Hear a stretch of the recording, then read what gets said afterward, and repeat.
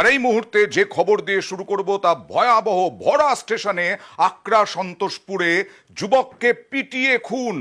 আকরা সন্তোষপুর স্টেশনে যুবককে পিটিয়ে খুন। ভরা স্টেশন, এত যাত্রী, সেইখানে যুবককে পিটিয়ে খুন। কথা বলবো বজবজ শাখার এই সন্তোষপুর স্টেশন, কথা বলবো প্রতিনিধি সমীরের সঙ্গে। সমীর, কখন হলো এবং সেখানে লোকজন ছিল কিনা, তারা কি দেখতে পেলেন না নাকি দেখেও এড়িয়ে গেলেন?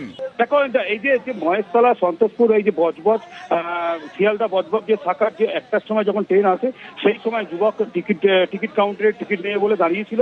সেই সময় আচমকাই পাশেই আর একটা যুবক দাঁড়িয়েছিল। এ সবার কাছে এরকম নাকি পয়সা নেয়, বারবার এরকম নিতে থাকে। আজকেও ওই যুবকের কাছে পয়সা যখন চেয়েছে, ও দিতে অস্বীকার করে। তখন একটা তর্ক বিতর্ক হয়। তর্ক বিতর্ক হতে হতেই তার দুজনে হাতাহাতি হয়। পাশেই একটা ঝাঁটা আছে, বড় ঝাঁটার একটা ডান্ডা ছিল, সেই ডান্ডা দিয়ে ওকে মারতে থাকে।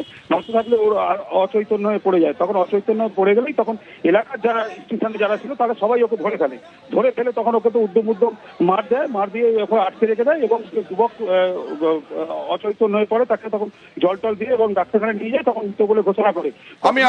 আমি আসবো প্রত্যক্ষদর্শীরা কি বলছেন আগে দেখাবো, তারপরে তোমার কাছে আবার আসবো। টাকা চাইলে দিল না, ওর থেকে একটা হাতাহাতি হলো। কাউন্টারের পাশে ওই ওপরে আসে, ওকে মেরেছে। একটা লাঠি পড়লো ওর গর্দনে। স্পট ডেড হয়ে গেছে। যে ছেলেটা মারলো ওর নাম বুলবুলি, ওকে আরপিএফ ধরে নিয়ে চলে গেছে। বুলবুলি নামে একটা লোক আছে, ও ওখানে সবসময় ঘোরাঘুরি করে, সবার উপরে অত্যাচার করে। ও নাকি হাতাপাই করতে গিয়ে, মারতে গিয়ে পেছন দিক থেকে মেরেছে। হয়তো ও পড়ে গিয়ে আঘাত লেগেছে, ব্যাস আর উঠতে পারেনি। বজবজ শাখার সন্তোষপুর স্টেশনে এই বুলবুলি কে? যে কেন এইভাবে টাকা তুলতো? রেল পুলিশ কি করছিল সমীর এতদিন ধরে? দেখো, এই রেল পুলিশ যে এখানে রেল পুলিশ নামে যে একটা জিআরপিএফ রেল পুলিশ আছে, সে রেল পুলিশ আছে কিন্তু কোনো কাজের না। কিন্তু এই যে ঘটনা আজকে যখন ঘটলো, ঘটার পরেই যখন বলে না, কোনো যখন ঘটনা ঘটে তখনই পুলিশের জিআরপিএফ নড়ে চড়ে বসে, তার আগে কিন্তু নড়ে চড়ে বসে না। বজবজ শাখা তুমি যেখান থেকে দেখো, আগ্রা স্টেশন আছে, বজবজ স্টেশন আছে, যেখানে যেখানে এরকম ঘটনা ঘটছে কিন্তু কোনোভাবে কাউকে দেখতে পাওয়া যায় না। কিন্তু আজকে যখন এই ঘটনাটা ঘটলো, এলাকার লোকরা যদি ওকে ধরে না ফেলতো তাহলে ওরা পালিয়ে যেত। কিন্তু আর এই বুলবুলি কেন টাকা তুলতো সমীর? বুলবুলি কেন টাকা তুলতো?